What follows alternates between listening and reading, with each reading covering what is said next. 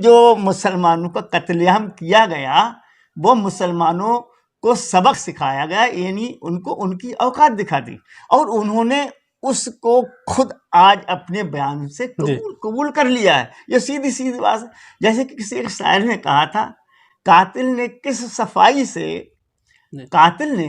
सफाई से धोई है आस्तीन, उसको पता नहीं कि लहू बोलता भी है। विकास के नाम पर ना तो किसी के अच्छे दिन आए, न सबका विकास हुआ। देश की आवाम हिंदू मुस्लिम एकता चाहती, क्योंकि हिंदू मुसलमान सब ने, इस देश के लोगों ने मिलकर के इस देश को आज़ादी दिलाई है। हमें भाजपा से कोई बुराई नहीं, लेकिन जिस तरह की नीति यहाँ पर देश की आज हिंदू मुस्लिम का जो चल रहा है, ये बड़े अफसोस और देश के लिए बड़ा खतरनाक है। तो मुस्लिम समाज का तो नगर में कोई नेता ही नहीं है। नगर में नेता हैं, लेकिन नगर की जनता, उनका कहने का मतलब यह है कि नगर की जनता जैसे चाहे तो वही, इसके बाद क्या होता है सब जानते हैं। जिस तरह स्वच्छता की बात की जाती है, लेकिन नगर पालिका द्वारा हमने देखा खुद ही कूड़ा डाला गया वहां पे, और आज भी बेशुमार गंदगी पनप रही है नगर में। अगर आप इस वक्त देखें तो मैं समझता हूँ कि नगर पालिका की वजह हम नरक पालिका कह दें तो इसमें कोई दो राय नहीं। न्यूज़ इंडिया, हर खबर सच्चाई के साथ। एक तरफ भाजपा मुस्लिमों को साथ लेकर चलने की बात कर रही है। मुस्लिम समाज का एक बड़ा तबका पसमादा समाज है, उसको साथ लेकर चलने की बात कर रही है। तो वहीं दूसरी तरफ देश के गृह मंत्री अमित शाह जी तरह तरह के बयान दे रहे हैं। अभी उन्होंने हाल ही में एक रैली में कहा है कि गुजरात में 2002 में सबक सिखाने के बाद अब वहाँ स्थायी शांति है। तो ये किसको सबक सिखाया गया था? क्या 2002 का दंगा सुनियोजित था, यानी पूरे प्लान के साथ हुआ था? इसी को लेकर हम बात कर रहे हैं। हमारे साथ इस समय मौजूद हैं Al Ansar social movement of India के राष्ट्रीय अध्यक्ष ताजुद्दीन अंसारी जी। ताजुद्दीन अंसारी जी से हम जानेंगे, नगर पालिका को लेकर भी जो है तमाम तरह की चर्चा करेंगे, लेकिन उससे पहले जो है इस सवाल को लेकर जो है उनकी राय जानेंगे। अंसारी साहब, सबसे पहले हमारे चैनल में आपका स्वागत है। जानना चाहेंगे, अभी हाल ही में देश के गृह मंत्री अमित शाह जी अपनी रैली में उन्होंने कहा कि गुजरात में 2002 में सबक सिखाने के बाद अब वहाँ स्थायी शांति है। तो ये किसको सबक सिखाया गया था? क्या लगता है वहाँ 2002 में जो दंगा हुआ था सुनियोजित था, यानी पूरे प्लान के साथ था? देखिए, 2002 का जो दंगा था गुजरात के अंदर, वहाँ पर 2000 से ज़्यादा मुसलमानों का कत्लेआम हुआ। और मज़े की बात यह है कि उस दंगे के लोगों को कोई सज़ा भी नहीं मिल पाई। जैसे कि वहाँ पर उस टाइम कांग्रेस के सांसद थे एहसान जाफरी साहब, उनके घर में बहुत से आग लगा दी गई, बहुत से लोगों वो भी मारे गए, उनको भी मार दिया गया। आज तक उनकी जो अहलियाँ हैं, उनकी वाइफ हैं, उन्होंने मुकदमा, अब की कोई हल नहीं निकला, कोई उसका उनको इंसाफ नहीं मिल पाया। दूसरी बात, एक मैं और पिछले अगर जाऊं तो बाबरी मस्जिद को जब तोड़ा गया था, दुनिया ने उसको देखा। इसी तरह से गुजरात के दंगों को दुनिया ने देखा। लेकिन अजीब बात है कि मतलब अदालत को या किसी को सबूत नहीं कि मिलता नहीं, दुनिया देखती, उनको नहीं मालूम पड़ा। और मज़े की बात सबसे ज़्यादा ये है कि उस बाबरी मस्जिद के प्रकरण में भी उमा भारती जी और स्वर्गीय जो पूर्व मुख्यमंत्री थे कल्याण सिंह जी, उन्होंने ये एतराफ़ किया, उन्होंने कबूल किया था कि हमने तोड़ा है, लेकिन सज़ा नहीं मिली। दूसरी तरफ आज देश के गृह मंत्री जो सबसे बड़ी जिम्मेदार मंत्रालय है, और उनको पूरे देश की कमान देखनी, सभी को साथ लेकर चलने की जिम्मेदारी होती है। अगर उन्होंने ये कहा कि 2002 में हमने गुजरात में सबक सिखाया और स्थायी शांति है, तो इसका मतलब है कि जो मुसलमानों का कत्लेआम किया गया वो मुसलमानों को सबक सिखाया गया, यानी उनको उनकी औकात दिखा दी और उन्होंने उसको खुद आज अपने बयान से कबूल कर लिया है। ये सीधी सीधी बात है। जैसे कि किसी एक शायर ने कहा था, कातिल ने किस सफाई से धोई है आस्तीन, उसको पता नहीं कि लहू बोलता भी है। और वैसे भी हम आप देखते हैं, राग छुपाओ छुप ना सकेगा, राज हो कितना गहरा, और दिल की बात बता देता है असली नकली चेहरा। भाजपा जब सत्ता में आई तो उसके नारा थे सबका साथ सबका विकास, अच्छे दिन लाएंगे। लेकिन मैं समझता हूँ विकास के नाम पर ना तो किसी के अच्छे दिन आए, ना सबका विकास हुआ। इतना जरूर है कि विकास के नाम पर जो मरकज में, सेंटर में, केंद्र में जो भाजपा की सरकार आई, तो जब नाकामयाब होने लगी तो उन्होंने एक नारा दिया था कि डबल इंजन की सरकार चाहिए।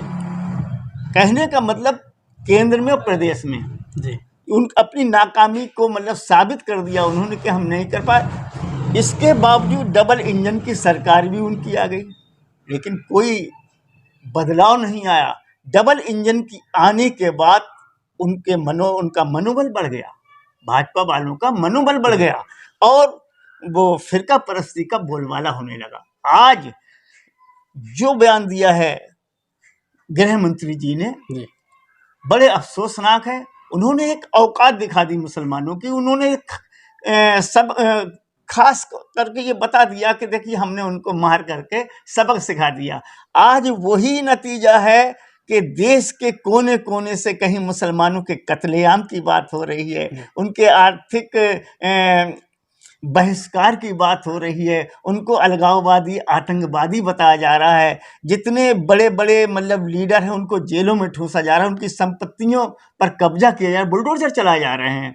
और देखिए बावजूद एक तरफ क्या है, एक चूहा अगर मार दिया जाए तो चूहा मारने को गिरफ्तारी भी हो जाएगी, जेल भी हो जाएगी, लेकिन सिर्फ नफरत फैलाने के अलावा भाजपा ने क्या किया आप खुद देख लीजिए।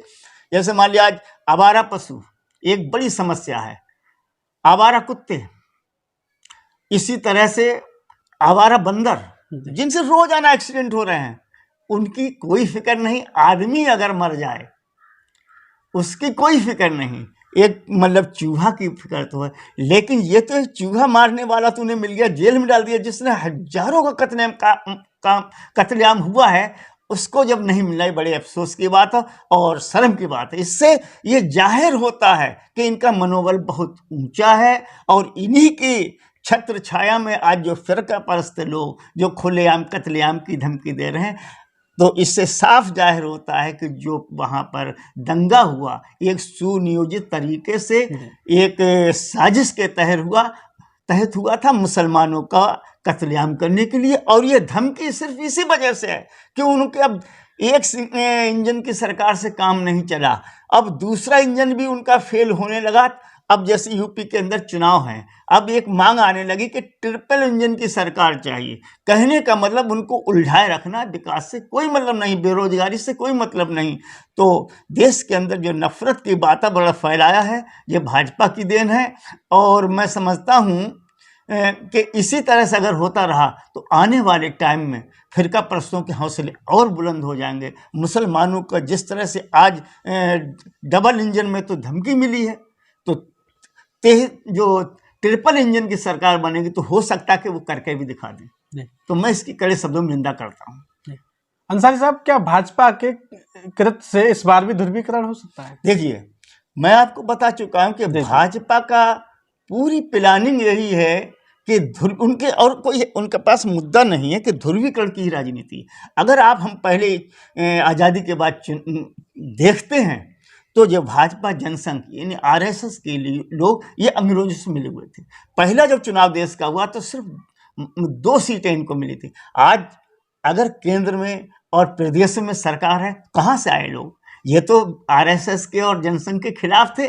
तो मैं समझता हूँ कि वही जो देश, जिनके आबाओ अजदाद, जिनके बुजुर्ग, जिनके पूर्वजों ने अपनी कुर्बानियां देकर कांग्रेस के साथ मिलकर के इस देश को आज़ाद कराया, वो लालच में, कुर्सी के लालच में भाजपा के साथ शामिल हो गए। वो अपने देखें गिरेबान में झांक कर दे कि हमारे पूर्वजों ने इस देश के लिए किया था, वो किस पार्टी में थे। तो ये सिर्फ आज कुर्सी की जरूरत है, उन्हें सेवा की भावना की कोई जरूरत नहीं, ना संविधान से कोई लेना था। लोकतंत्र को मिटाया जा रहा है और संविधान नाम की कोई चीज नहीं रही। आपके मुताबिक देखिए एक बात और, अभी आपने बात कही थी ध्रुवीकरण वाली बात, तो मैं समझता हूं कि ये ध्रुवीकरण की जो इनकी राजनीति चल रही है, अब आवाम जो है इनके झांसे में आने वाली नहीं, और इसी वजह से इस तरह के ये बयान दे रहे हैं, और इनका ध्रुवीकरण का ये जो मुद्दा जो बनाने जा रहे हैं, ये आवाम इनको नकार देगी, क्योंकि देश की आवाम हिंदू मुस्लिम एकता चाहती, क्योंकि हिंदू मुसलमान सब ने इस देश के लोगों ने मिलकर के इस देश को आज़ादी दिलाई है। इनका जो है ध्रुवीकरण का ये मैं समझता हूँ इस बार कामयाब नहीं होने वाला। आपके मुताबिक भाजपा मुस्लिम विरोधी है, तो फिर इतनी तादाद में मुस्लिम भाजपा में जुड़ क्यों रहे हैं? देखिए, मैं आपको एक ही बता दूं, बिल्कुल सही आपने जब सवाल किया। मैंने आपको बताया गुजरात दंगों में उन्हें कोई मुजरिम ही नहीं मिला, बाबरी मस्जिद पर कोई मुजरिम ही नहीं मिला। बिल्किस बानो केस जो गुजरात के अंदर जिनके सामूहिक बलात्कार हुआ, उसके खानदान के लोगों को मार दिया गया, और ये इस तरह की दबंगई की जो भाजपा सरकार चला रही है, बड़े अफसोस की बात है कि उन कातिलों को और रैपिस्टों को, बलात्कारियों को इस गवर्नमेंट ने मतलब छोड़ दिया, आज़ाद कर दिया। तो क्या क्या बलात्कारियों को भी कोई सजा नहीं, और शर्म की बात यह कि उनको बड़े सम्मानित किया गया, फूल मालाएं पहनाई गई, राजीव गांधी के हत्यारों को छोड़ दिया गया। तो ये इस तरह की दबाव की राजनीति बना रहे हैं कि जिससे कि जो दहशतगर्द, जो इस तरह के खतरनाक टाइप के अपराधी लोग हैं, उनको भाजपा में शामिल कर लिया जाए, दहशत फैला करके, और मतलब मजबूती प्रदान की जाए। इनका एक ही एजेंडा है, ये सेकुलर निज़ाम को चलाना नहीं चाहते हैं। मेरा तो यही कहना है कि इनका ये जो एजेंडा है वो दबंगई वाला है, और इसी वजह से ये देश में इस तरह का हो रहा है। अंसारी साहब, बात की जाए नगर पंचायत चुनाव करीब है, तो आप नगर पालिका परिषद नवाबगंज के जो है सभासद भी रह चुके हैं, तो नगर पालिका के इतिहास में क्या बदलाव देखते हैं? देखिए, मैंने यहाँ 6 कार्यकाल नगर पालिका के नवाबगंज के हो चुके हैं, और सबसे पहले कार्यकाल में यहाँ के जो चेयरमैन चुने गए वो हमारे माननीय राजेंद्र शुक्ला जी, यानी मुन्ना पांडे नाम से उनको जानते हैं, वो चुनाव जीते थे। और वो ऐसे माहौल में चुनाव जीते थे कि सेकंड पोजीशन, थर्ड पोजीशन और फोर्थ पोजीशन पर मुस्लिम प्रत्याशी रहे, बावजूद इसके सिर्फ 142 वोटों से जीते थे। लेकिन वो माहौल ऐसा था कि आज जिस तरह से कि एक दूसरे को दुश्मनी की नज़र से देखते हैं, उस टाइम ऐसा कुछ नहीं था। मैं पांडे जी 142 वोटों से हमारे मरहूम अब्दुल वहाब साहब जो थे उनसे जीते थे। लेकिन चुनाव जीतने के बाद उनके अंदर वही बात थी जो पहले चुनाव से पहले हुआ करती थी, आपसी मेल मिलाप। और कोई भी अगर इस तरह के आते भी थे कोई मसला, तो बैठ करके एक दूसरे से सलाह मशवरा कर लिया करते थे, बड़े आराम से मतलब वो हो जाता था। तो आज जो है बदलाव जो है, उनके बाद जो 5 कार्यकाल हुए हैं, और उस 5 कार्यकालों में 2 परिवारों का उसमें वर्चस्व रहा है। एक डॉक्टर ताहिर साहब का है, एक राठौर साहब का है। ये 5 कार्यकाल रहे। लेकिन इस पीरियड में जो बदलाव देखने को मिला वो एक हैरत करने वाला, नवाबगंज में जो नफरत का वातावरण जो पैदा हुआ है, ये पहले नहीं था पांडे जी के टाइम में। और एक बात और बता दूं कि पांडे जी के पीरियड में उस टाइम बड़ा कम बजट आता था, बावजूद उन्होंने एक ऐतिहासिक काम किया, एक सामुदायिक केंद्र वहाँ पर जो बनवाया है, सबके लिए सार्वजनिक है। इसी तरह से मतलब उन्होंने एक अंबेडकर पार्क बनवाया, आज भी है। एक मसला जैसे रामलीला का जो था, तो यहाँ पर तहसील गेट के यहाँ उन्होंने उसको स्थायी तौर से मतलब समाधान निकाला, रामलीला का भी फायदा हुआ और नगर पालिका। लेकिन आज के माहौल में अगर देखा जाए तो बहुत बड़ा बदलाव है। लोगों के अंदर सेवा भावना कम है, एक दूसरे से नफरत ज़्यादा है। तो क्या नगर पालिका के कार्य से आप सहमत हैं? देखिए, अब मैं फिर वही बात बता दें, सहमत वाली बात तो जी कि 2 परिवारों का वर्चस्व रहा है। मैं 2000 से 2005 के पीरियड में रहा। उस टाइम नगर के जिस मतलब आम रोड है, मेन रोड हैं, हाईवे हैं, उन पर बड़े बड़े फूलदार वृक्ष लगाए थे, चाहे वो मतलब बाईपास का रोड हो या बिजौरिया रोड का हो, बीजम रोड। आज कहीं पर एक फूलदार वृक्ष नहीं है। इसी तरह से कुछ और भी काम थे, तो उनको एक तरह से ख़त्म तो कर दिया, बढ़ने कोई ऐसी चीज़ नहीं रही है। आज मैं एक देश की धरोहर वीर अब्दुल हमीद का नाम तो सभी जानते हैं। जी एक वीर अब्दुल हमीद के नाम से पार्क बना हुआ है, जिसे हमारे चेयरमैन रविंदर सिंह राठौर जी ने बनवाया था। जी लेकिन बड़े अफसोस के साथ कहना पड़ता है कि वहाँ पर कोई सफाई का कुछ भी नहीं, बल्कि और कई पार्क तोड़ दिए गए, कई मतलब वो इस तरह के लगाए थे, तो मतलब कोई बदहाली है इस वक्त नगर में।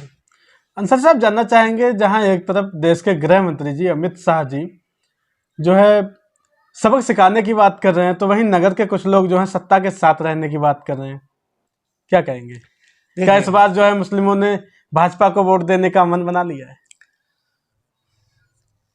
अब जहां तक सत्ता में का साथ देने की बात है, जी वक्त के हिसाब से आदमी बदलते तो रहते हैं, दबाव की राजनीति चल रही है, जी लेकिन मैं समझता हूं इतनी जल्दी जो ये सोच है, क्योंकि किसी व्यक्तिगत रूप से इस सोच को अगर देखा जाए तो ऐसा नहीं है। आम आदमी अलग तरह से सोचता है। अगर वही देखें तो ये कि मुसलमानों के लिए सीधा सीधा जो है एक उन्होंने औकात दिखा दी मुसलमानों की, अमित शाह जी ने, हमारे गृह मंत्री जी ने। बावजूद भाजपा में अगर जा रहे हैं तो कुछ ऐसे लोग हैं जो कहीं ना कहीं फंसे हुए हैं, कहीं ना कहीं चाहे घोटालेबाजी में रहे हों या अपराधीकरण में रहे हों, वो लोग अपना बचाव के लिए तो भाई ढूंढ रहे हैं, और भाजपा वाले भी ढूंढ रहे हैं कि हमें तो ऐसे लोगों की ज़रूरत है जो मतलब वो एक दहशत फैला सके, उनका वर्चस्व हो, तो इंसाफ किया वो उससे दूर करने की भाजपा को जरूरत नहीं। तो इस तरह से लोग कुछ अपने बचाव के लिए जा रहे हैं। कुछ ऐसे लोग हैं जो मतलब वो अपने फायदे के लिए आते हैं। जैसे आपने देखा होगा एक तीतर पालतू होता है, एक पालतू जब तीतर होता है तो उसको क्या करते हैं, जब दूसरे तीतरों को फंसाना होता है ना, तो वो अपना जो पालतू तीतर ले जा करके और वहाँ पर उसको मतलब एक इशारा करके जब वो बोली लगाता, आवाज़ लगाता है, बोलता है, तो जो और जंगली तीतर, जो और तीतर होते हैं, वो भी आ करके मतलब उसके जाल में फंस जाते हैं। भाजपा का, हमें भाजपा से कोई बुराई नहीं भाई, भाजपा में वही लोग हैं, लेकिन जिस तरह की नीति यहाँ पर देश की आज हिंदू मुस्लिम का जो चल रहा है, ये बड़े अफसोस और देश के लिए बड़े खतरनाक है। आप विकास की बात करिए जैसे आपने नारे कहा, लेकिन दिखाने के लिए कुछ और है, कहने के लिए कुछ और है। तो मैं समझता हूँ ये कुछ लोग अपने फायदे के लिए इस्तेमाल करते हैं, और ये उनको भी चेहरा चाहिए अपना सेकुलर बताने के लिए। भाजपा की तो कुछ लोगों की ज़रूरत तो है ही। अगर भाजपा को मुसलमानों से इतनी हमदर्दी है तो कितने हैं, कितने पार्लियामेंट में भाजपा में सांसद हैं मुसलमान, हमें बताएं। कितने विधानसभा में मतलब विधायक हैं मुसलमान भाजपा में, हमें बताएं। लेकिन सिर्फ उनको एक चेहरा दिखाने के लिए अपने पालतू तीतर बनाने हैं जो दूसरे लोगों को भी उसमें फांस सकें। लेकिन देखा जा रहा है नवाबगंज नगर पालिका के अंदर भाजपा से 3 लोग टिकट के दावेदार हैं, वहीं पालिका अध्यक्ष जो हैं भाजपा की ही सहयोगी पार्टी निषाद पार्टी से जो है टिकट की दावेदार हैं, पार्टी में शामिल हो गई हैं। तो जो नगर के लोग हैं, कुछ लोग जो हैं उनका कहना है सत्ता के साथ जाने के लिए तो वो मेन दरवाजे से ना जाकर बीजेपी के बैक दरवाजे से क्यों जा रहे हैं, पीछे के दरवाजे से क्यों जाना पसंद कर रहे हैं? देखिए, ये उनका जाति मामला है, किस पार्टी में जाते हैं, क्या करते हैं। बाकी मैंने आपको बताया, अपना जो फायदा समझता वहां जाता है।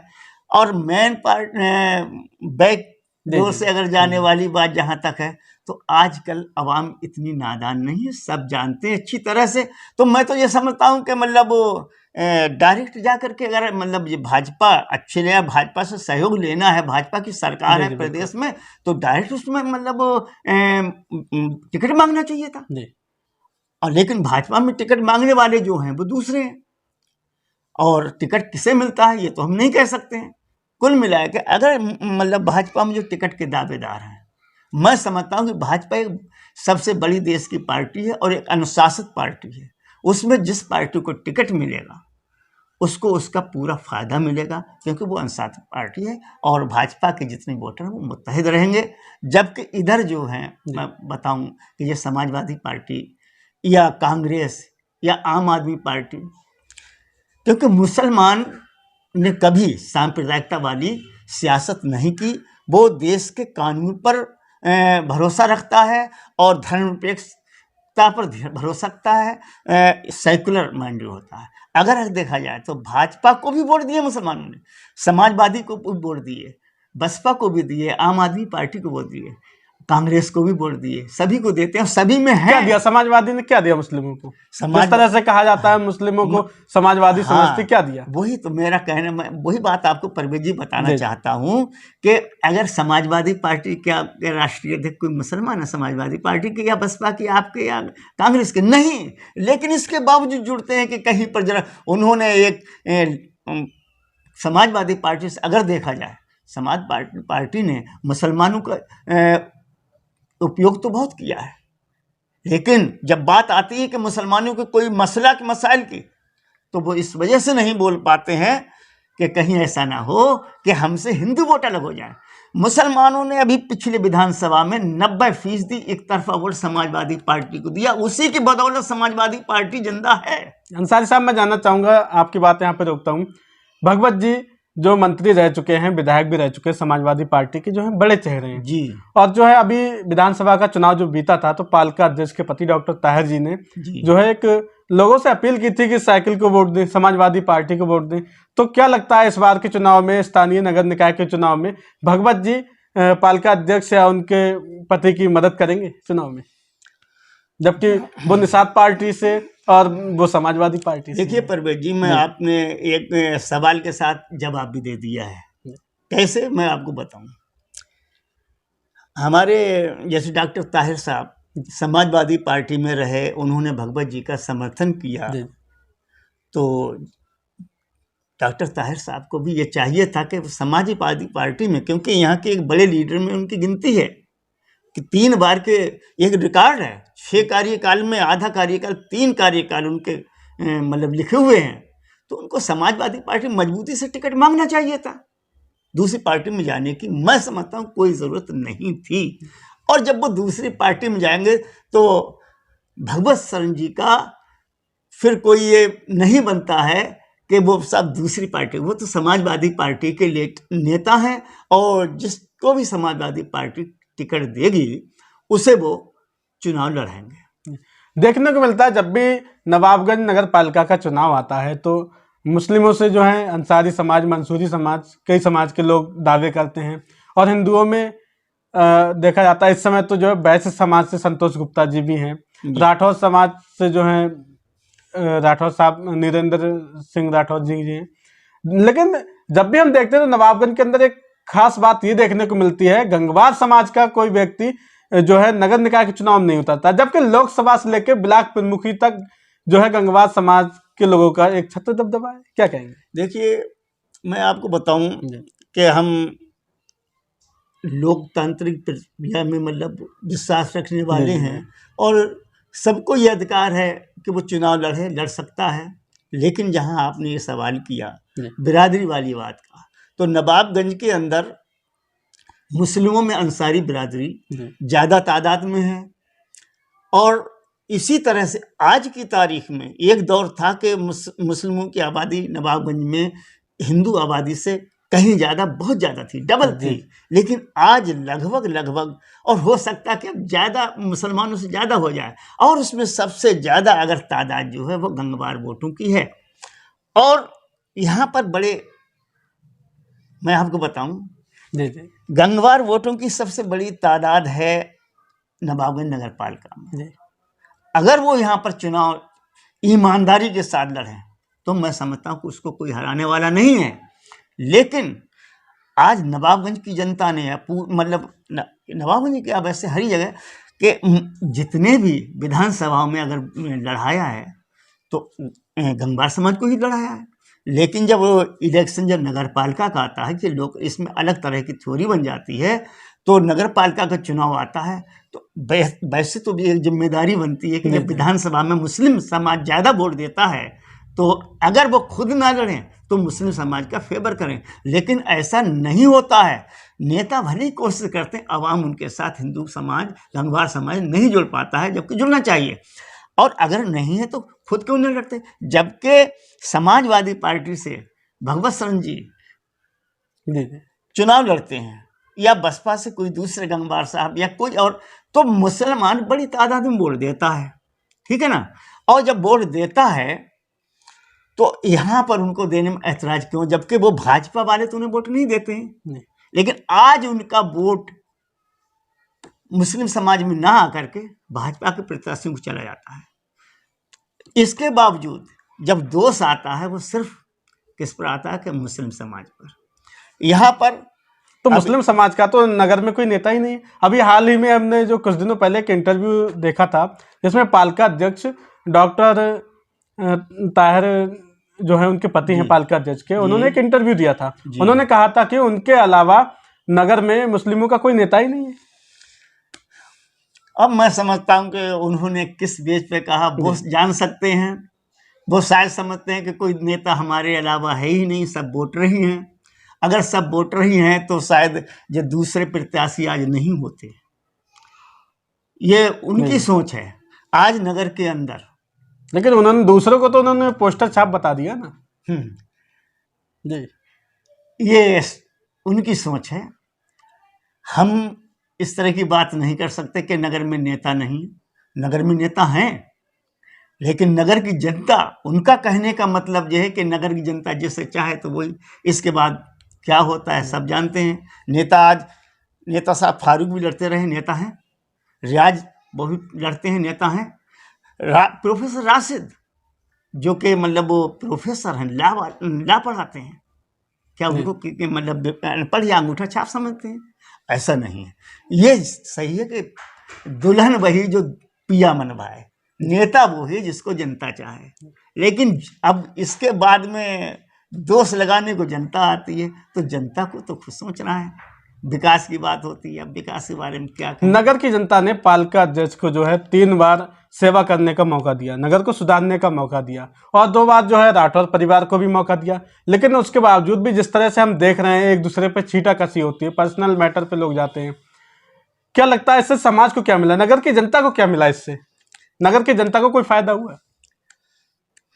मैं समझता हूं कि अगर ईमानदारी के साथ नगर का विकास होता, क्योंकि हाईवे पीलीभीत और बरेली के बीच में एक ऐसा शहर तो एक चमकता, लेकिन विकास नाम से कोई चीज नहीं। आज रोड देखें। आपने विकास की बात की तो अभी कुछ दिनों पहले नगर पालिका के ही सभासद हैं राजू गंगवार, जिन्होंने चंदा से जो है एक पुलिया का निर्माण कराया। बताओ अब इससे ज्यादा और क्या होगा? अब यहाँ पर मतलब सवाल होता है कि मैंने आपको पहले बताया कि यहाँ की राजनीति दूषित हो चुकी है। प्रेम भावना की राजनीति नहीं, सेवा भावना की राजनीति नहीं।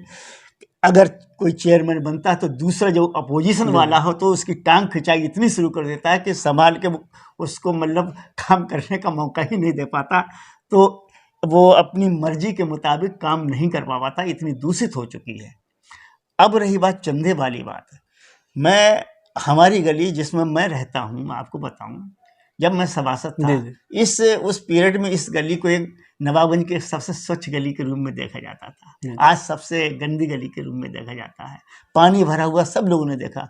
चाहे तो वो मतलब वो अब क्या किसके समझ में वो तो वो जानते हैं, लेकिन यहाँ हमको कितनी बड़ी परेशानी, कोई मेहमान नहीं आ सकता। आपने अपनी गली की बात की। आपकी गली जो है राठौर साहब नीरेंद्र राठौर जी की जो है आवास के पास से लगभग मिलती है जाके, और उसी बीच आवास के पास में ही कुछ दूरी पर जेपीएन कॉलेज है, उसके पीछे एक तालाब है। जो कि जिस तरह स्वच्छता की बात की जाती है, लेकिन नगर पालिका द्वारा हमने देखा खुद ही कूड़ा डाला गया वहां पे, और आज भी बेशुमार गंदगी पनप रही है। देखिए ये सब पब्लिक, इस तरह से पब्लिक को धोखा देना कह सकते हैं। लगभग 6 महीने हो गए चेयरमैन को बर्खास्त हुए। केस चल रहा है, क्या होता है, कोई चार्ज नहीं मिला है। केस की आपने बात की तो केस को लेकर तो जो है पालिका अध्यक्ष के पति डॉक्टर ताहिर जी विपक्ष को जिम्मेदार ठहरा रहे हैं कि नगर के जो हालात हैं, विकास नहीं हुआ, विपक्ष जिम्मेदार है। देखिए जी, जो पद पर होता है भले ही कुछ भी सही, जिम्मेदारी उसकी ही मानी जाती है। लेकिन हमने ये देखा कि बर्खास्तगी के बाद जी, और भी बदतर हालत हो गई। मैं समझता हूँ कि जिसके पास जिम्मेदारी होती है उसको जिम्मेदार ठहरा जाता है। नगर के अंदर अगर कोई चेयरमैन है तो जिम्मेदार तो ठहरा जाएंगे, लेकिन चेयरमैन के सामने कौन सी परेशानी है वो बॉस जान सकते हैं, पब्लिक को तो काम चाहिए। लेकिन जब बर्खास्तगी के बाद नगर के अंदर मैंने देखा, हमने खुद एसडीएम साहब से मुलाकात की, ईओ साहब से मुलाकात की अपनी गली के लिए। उन्होंने उस टाइम हमें सांत्वना दी। ईओ साहब ने कह दिया कि वो प्रस्ताव भेज दिया है, लेकिन आज भी आप देख सकते हैं वैसे ही पानी भरा हुआ था। तो फिर नगर पालिका में जब एसडीएम साहब के पास चार्ज है तो उनको देखना चाहिए था। लेकिन आप देखिए कि आज नगर के अंदर जो गंदगी का साम्राज्य है, इसमें हम चेयरमैन को कैसे दोषी ठहरा सकते हैं जब उनके पास चार्ज नहीं था। जिसके पास चार्ज है वो दोषी है, क्योंकि नगर पालिका की जो, लेकिन 4 से 5 महीने सही तो चार्ज नहीं, उससे पहले तो पूरा टाइम ही नहीं बिताया ना। तो हम तो ये नहीं कह रहे हैं कि जिसके पास है अभी वो सिर्फ इस वजह से कि अभी जो प्रकोप जो बुखार का, डेंगू का चल रहा है, इस पर बहुत बड़ी एक समस्या पूरे वो चल रही है ना, तो उस बात कर रहे हैं। मैं तो भाग नहीं रहा हूँ, जो भी चेयरमैन है उसकी जिम्मेदारी है, और जैसा विकास होना चाहिए नहीं हुआ, जो होना चाहिए था। फिर वो पैसा कहाँ गया? पैसा आप देखिए, रोड के अंदर डिवाइडर बनाए गए थे, पेड़ लगाए गए थे, कहाँ का था पैसा? आज एक गरीब आदमी के ठेला उजाड़ने में देर नहीं लगती है, उसको खाना उसको शाम को मिले ना मिले वो जाने। आज आप देखें पूरे देश के अंदर तालाबों की सफाई हो रही है, हर जगह बुलडोजर चला रहे हैं। कॉलेज के पीछे एक इतना बड़ा तालाब है, मेरे अंदाज से 30-35 बीघे में था तालाब, उस पर नाजायज कब्जे हो गए। अगर उसको तालाब की सफाई कराने के बाद वहाँ पर जो जगह बची है, कम से कम अगर कब्जों को ना उजाड़ा जाए, लोगों ने जिसकी 100 गज थी वो 400 गज में रह रहा है, कोई देखने वाला नहीं है। और एक गरीब आदमी एक गज जगह के लिए बैठने के लिए, अपना फल लगाने के लिए तरस रहा है। वहाँ पर अच्छा खासा बाजार लग सकता था। और पानी का निकास, जो आज गंदगी जो है साम्राज्य है, अगर तालाब साफ होता तो पानी के निकास की समस्या नहीं होती। आज नाले मतलब बंद चल रहे हैं, गलियों बजबजा रही हैं, डेंगू की वजह सिर्फ ये गंदगी। तो लोग क्यों नहीं पूछते हैं? जन समस्या को लेके जो है, जो भी चुनाव लड़ने के लिए आते हैं, जन समस्या की बात नहीं होती है, और जो वोटर हैं वोट दे देते हैं। आखिर वो क्यों नहीं पूछते हैं कि नगर की क्या क्या जरूरतें हैं, क्या क्या समस्याएं बनी हुई, क्या होना चाहिए, क्या नहीं होना चाहिए? मैं समझता हूँ जी कि यहाँ पर हम अगर प्रतिनिधियों को ही जिम्मेदार ठहराएं तो वो भी नहीं, प्रतिनिधि नेता तो वही जिसके साथ हम वोटर हैं। तो ये आज फिर रोना क्यों है जब हम प्रतिनिधि चुनते हैं? जी मैंने अक्सर देखा, एक आध मतलब पिछले कई बार ऐसा देखा कि एक अनपढ़ के मुकाबले में एक वकील और डॉक्टर भी प्रत्याशी थे। अवाम ने उस डॉक्टर और इस तरह के वकील, ऐसे प्रत्याशियों को, योग्य शिक्षित लोगों को नकार दिया, अनपढ़ अंगूठा छापों को वोट दे दिया। तो जब बोर्ड मजबूत होगा, पढ़े लिखे लोग जाएंगे तो विकास भी होगा। विकास के लिए हमारी भी जिम्मेदारी है कि हम कैसे नेताओं को चुनते हैं। ऐसा नहीं है। आज बात ये बाती है कि आपने एक बात अभी कही थी, चंदा वाली बात, जी कि राजू गंगवार ने चंदा से जी क्यों जरूरत पड़ी? क्या इतना पैसा नहीं है? जबकि सारे काम हो रहे हैं। जो नगर पालिका के कर्मचारी या जो वहाँ पर हैं, उन पर कोई कंट्रोल नहीं है, कोई देखने वाला नहीं है, कहाँ सफाई हो, कब जा रहे हैं, कोई मतलब नहीं है। दूसरी बात ये कि चंदा से एक समाज सेवा के तौर पर लोग अपने आप से काम कर रहे हैं। इससे बड़ी नगर पालिका की और क्या बदनसीबी होगी। हम कहें नगर पालिका बन चुकी है। मैं हमारी गली की अगवा बताएं, पानी भरा हुआ और पानी बस्ती वाले हमारी गली के लोग परेशान थे। तो एक बार मैंने राशिद जो प्रोफेसर हैं उनसे कहा था, उन्होंने 1000 रुपये से रोड़ा डलवाया था, तो साइड में होकर जैसे मेड़ बना लिया थी, उस तरह से निकलते रहे।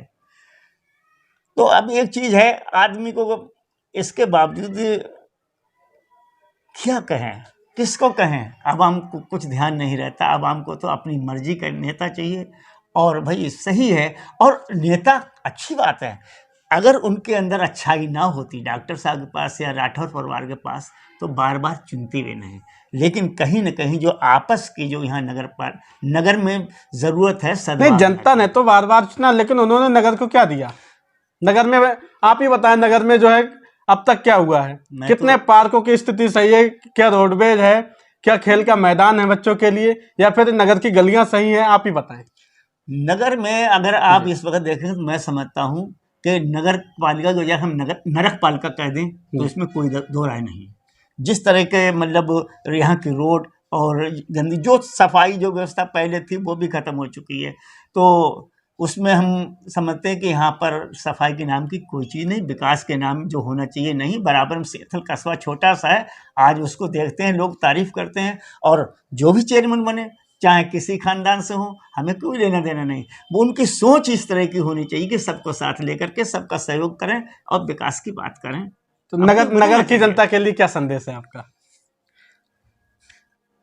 नगर की जनता के लिए देखिए,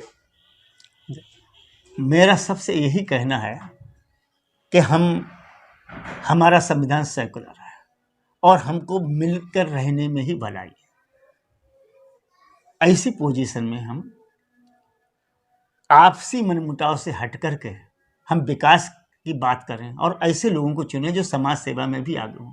अब जैसे राजीव गंगवार की बात आई, उन्होंने चंदे से बनाई। इसी तरह से यहाँ पर अभी डेंगू का जब हुआ तो प्रोफेसर राशिद थे, उन्होंने अपने पैसे से छिड़काव कराया।